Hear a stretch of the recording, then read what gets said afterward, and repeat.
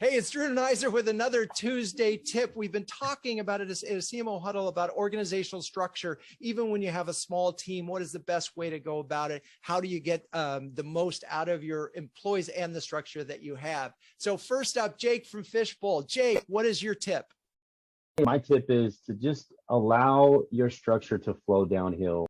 I think allowing the ability to give people a chance to move upward is a big thing. And one thing that I've really learned in my hiring is don't hire too high too quickly.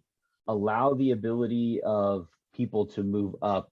And then also having people manage. Like, I think that that's a big thing that, allows your senior team to be able to really show their abilities and really help the growth of the marketing department. So got it. That's a few of the tips that I have.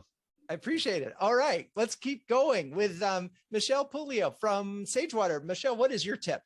My tip is to focus on what's going to really get you out there. So for instance, with my really small team, I'm focusing on getting someone in who can be very prolific in producing content and someone else who can help us start producing those sort of standardized reports and dashboards that show the impact that we're having. So, if you have very limited resources, those are the two places that my tip is to focus there. Yeah, and what you're really saying is, look, you're hired to have impact.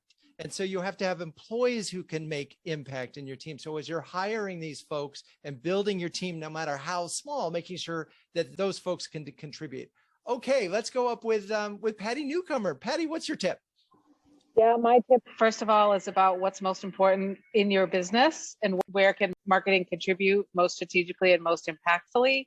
And then I would say, be very careful about the balance between thinkers and doers. If you have all doers and you limit the team to only one or two thinkers, you're going to cause a bottleneck, and that's going to be a constraint. Versus if you bring thinkers in and you encourage everybody on your team to be thinkers and have ideas and think through the answers, you can get a lot more impact from a small team. Yeah, exactly. And I mean, and again, you need a lot of doers, but unless you want to spend 100% of your time doing all the thinking for all your people, you need that balance. Great. And Marshall Poindexter. Marshall, what's your tip?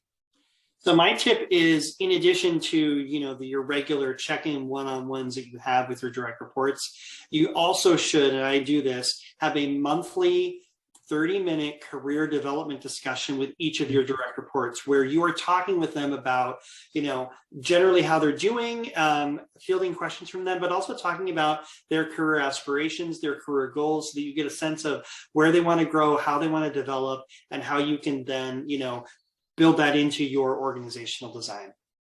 I so appreciate that point, because for the moment I was just thinking about boxes on an org chart, and you brought it back to the people and what leadership is really about, which is bringing a team along with you. So Marshall, thank you for that. This Tuesday tip is a result of a CMO huddle. If you are a CMO, B2B CMO, who can share, care, and dare with the best of them, check out CMO Huddles. You can hit me up on LinkedIn. I'm Drew Neiser, and that is your Tuesday tip.